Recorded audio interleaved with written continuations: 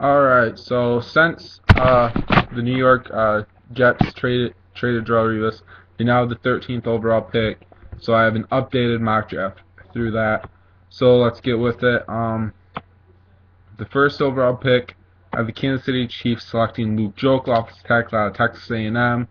Luke Joeckel is the primetime athlete. He played in all the big games and played top-notch defensive ends in the SEC conference. So I believe he'll be their pick there. 2, the Jacksonville Jaguars. I've been selecting the best pass rusher in this draft, in my opinion, Deion Jordan, the outside linebacker defensive end out of Oregon. Deion Jordan would just be an instant upgrade to their pass rush. He could play end, he can play outside linebacker, and he fits their scheme. So I'd like to see Jacksonville pick him up at the number 2 slot. The third overall pick belongs to the Oakland Raiders. This would be a no-brainer for them to select Sharif Floyd, the defensive tackle out of Florida. Sharif Floyd is a freak of an athlete. He has a constant motor. He's constant. Let's just put it that way. He's not the best pass rusher. He's not the best person at stopping the run. He's both. He does it good. He does it well enough to be a starter. After losing Richard Seymour and their other defensive linemen, they will select Sharif Floyd there. Makes the most sense logically. So that's there. 4, the Philadelphia Eagles. This might be a little bit of a reach for them. They need a corner, so I'm selecting D. Milner, the cornerback out of Alabama. D. Milner makes a lot of sense here after losing Nambi Asamoah and then moving to the 3-4 defense. They need solid corners to play man and coverage, and D. Miller can be that guy for them. 5, the Detroit Lions own that pick, and I have them selecting Eric Fisher off the tackle out of Central Michigan. Eric Fisher is one of those players that didn't play top-notch opponents while he was in not high school but college. But he is. I've watched a lot of film, and I believe he is a better run blocker than Luke Joeckel. Although Luke Joeckel's good at it, he's not as good as Eric Fisher. He has a little bit of an edge there. 6, the Cleveland Browns. I have them selecting Ezekiel Ziggy Ansah, defensive end at BYU. Ezekiel Ansah is primarily the most elusive player in this draft, has the most ceiling for his position. Him and Marcus Hunt both I really like in this draft. Cleveland reaches up, gets him, and then they have a solid defensive end coming into this season. 7, the Arizona Cardinals. They need desperate need to help protect Carson Palmer, who they traded for, and they select Lane Johnson, the offensive tackle of Oklahoma, to help them do that. Lane Johnson is a very athletic tackle. He can be a prime-time player for many years to come. Comes from Oklahoma, former quarterback and tight end, so he's still learning the position, and he's doing that well. He did that very well at Oklahoma, and I really like him going there, keeping Landry Jones off his back. 8, the Buffalo Bills. I think they're going to go with the quarterback here, and no, it's not Ryan Nassib or Matt Barkley. I think they go with Geno Smith. They have to go with Geno Smith. He's the best quarterback in this draft. He can make plays with his feet. He's always I think in the last 2 seasons he's completed 70% of his passes. He can make every pass any time in the game, and he can make plays with his feet, although he is a pocket passer. Geno Smith, the Buffalo Bills. 9, the New York Jets, with their first pick in the first round. I have them selecting Star Lotulelei, the defensive tackle out of Utah. Star Lotulelei is one of the top defensive tackles in this draft. He was the best, and then Sharif Floyd overpowered him. But I still think Star Lotulelei and Sharif Floyd are very close in that battle for the top spot. Lotulelei played at Utah. He had heart condition before the combine. He was cleared of that, and I believe he'll be a solid pick for the New York Jets there. The 10, the Tennessee Titans. They need to improve their interior line to help CJ2K get back to the CJ2K that we all know, getting 2,000 yards back-to-back seasons. Chance Warmack, the offensive guard out of Alabama, makes the most sense to me. He's a stout player. He's a better run blocker than Jonathan Cooper, who's more athletic. but Chance Warmack, he's big, he's beefy, and he'll help improve that interior line of Tennessee's. 11. San Diego Chargers. They're very upset after Lane Johnson, Eric Fisher, and Luke Joeckel left the board because they need linemen, offensive tackles. But they settled with the next best lineman available in Jonathan Cooper, the offensive guard of North Carolina. Jonathan Cooper, he's a very athletic guy. Don't get me wrong, I really like this kid coming out of college. He helped block for Giovanni Bernard, and that helped raise his stock a lot. Giovanni Bernard, you'll see him in the second round probably going. But Jonathan Cooper to San Diego. 12, Miami Dolphins.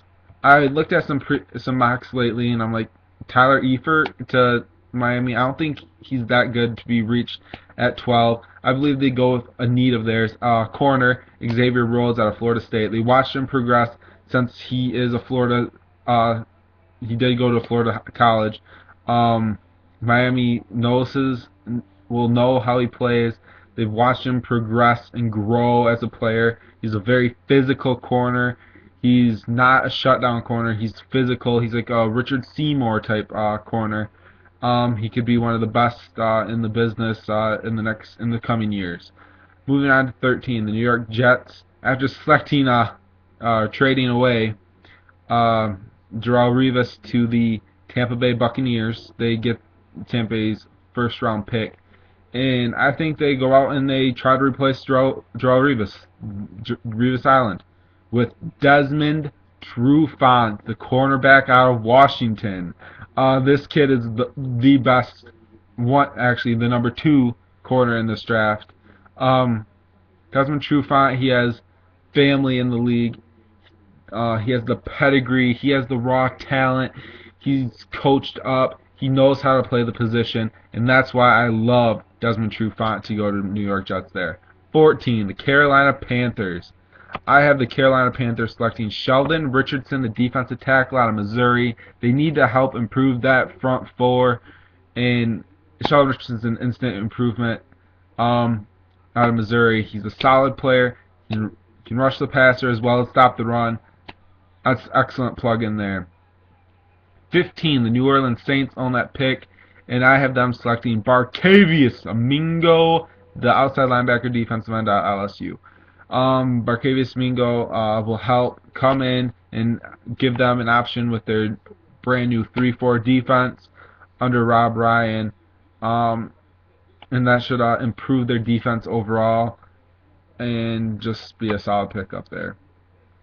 16, St. Louis Rams. I've been selecting Tavon Austin, the wide receiver out of West Virginia.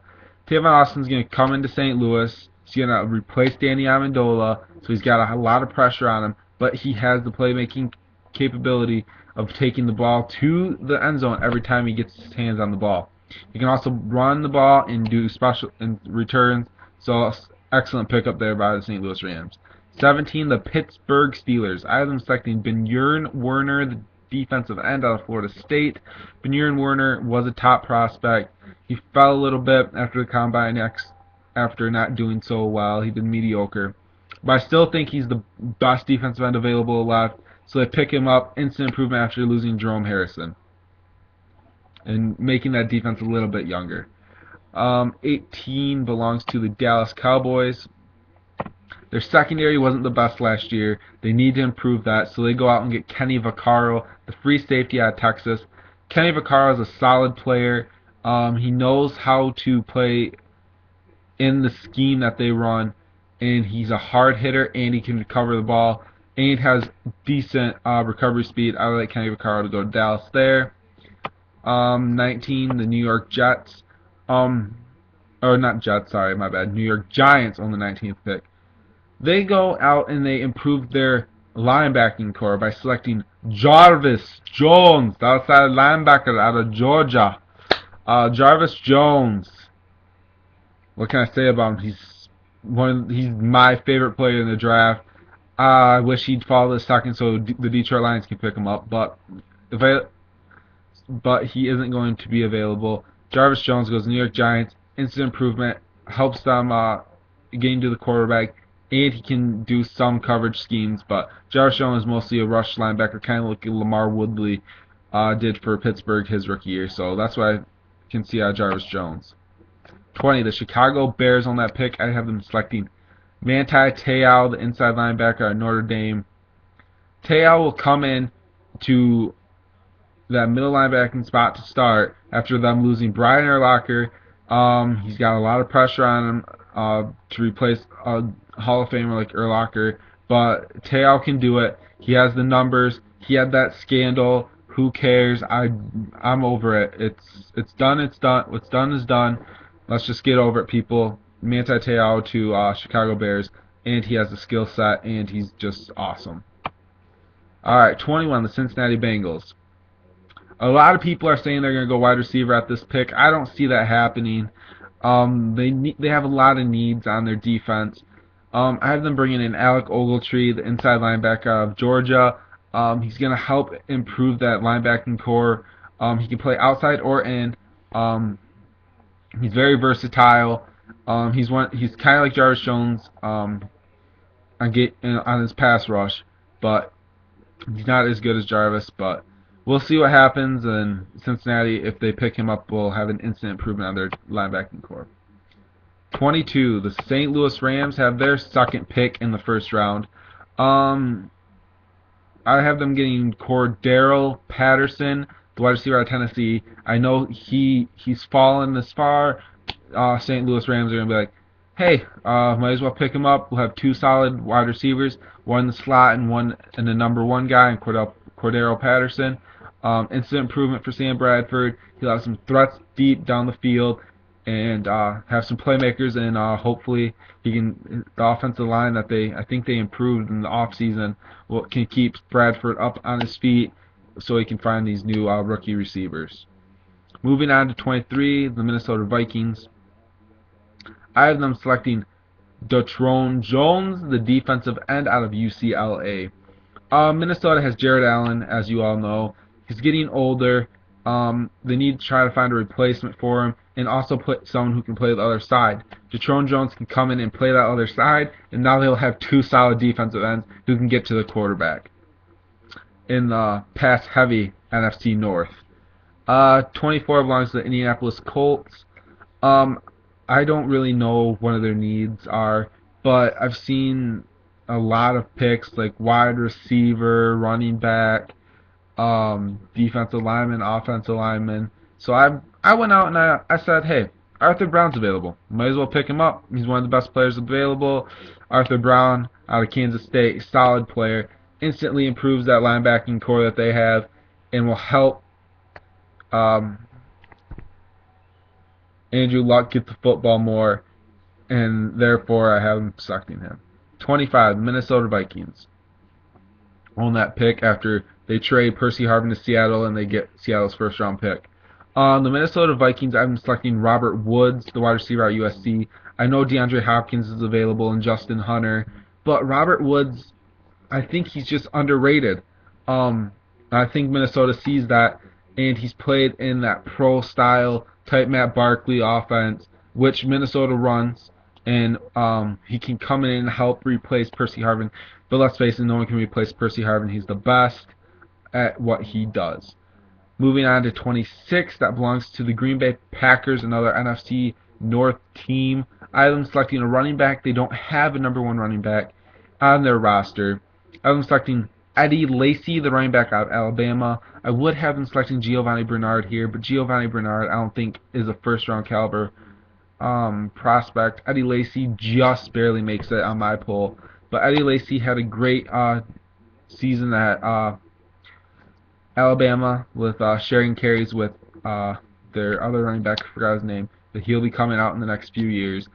But moving on to 27, the Houston Texans. I have them selecting Tyler Eifert, the tight end out of Notre Dame. They have Owen Daniels, I believe, still. But other than that, they don't have any other tight ends that I can name off. Matt Schaub needs targets. Tyler Eifert is a Rob Gronkowski, Jimmy Graham type player who can go out and perform for them and run split routes, etc. Tyler Eifert is a solid pick there. 28, the Denver Broncos. I'm selecting Jonathan Hankins, the defensive tackle of Ohio State. Jonathan Hankins is a big, beefy guy who can plug the holes. and will help improve that Denver defense with Von Miller and them losing Doomerville. But moving on, 29, New England Patriots. I've been going out and reaching on a player, Quan Short, the defensive tackle out of Purdue. They have Vince Wilfork, but he's getting a little bit older.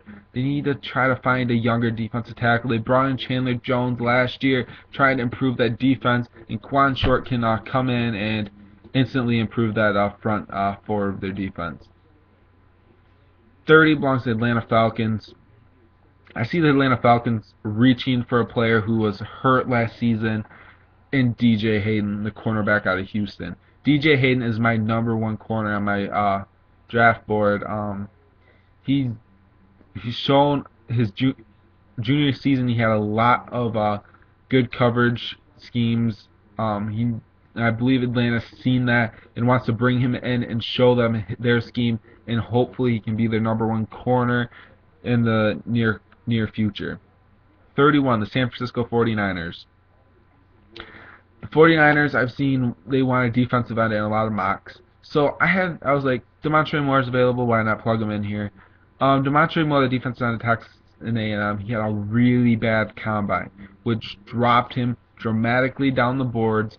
Sometimes even, I think I've seen him drop down past the second round into the low, not past second round, but low second round pick. But Demontre Moore, there's no denying the film. Film tells all. He's an excellent pass rusher, and San Francisco will see that, and they'll bring him in, and he'll blossom with all the talent that's around him on that defense to make it even better. 32, the Baltimore Ravens. Ray Lewis retiring, Ed Reed going to the Texans. So I see them going out and trying to replace Ray Lewis, which is highly impossible. He's the best middle linebacker to play the game. So they go out and they get Kevin Minter, the inside linebacker at LSU, to replace Ray Lewis and be their stud for the next 5-10 seasons in Baltimore. Kevin Minter is a hard is a 5'10" or 5'11" physical inside linebacker who can hit. He's like Ray Lewis. He has the I forgot what word I was going to say, but he has the skills to be a top inside linebacker in this league. He wants it more, and he will get it. That's the 32 pick. That's the first round of the 2013 NFL Draft updated. Like, comment, subscribe to my channel. Leave a comment. I will always comment back. Just let me know what you think of this mock draft. Tell me what you think your team will pick at their slot. Other than that, I'm out. Have a wonderful day, and peace.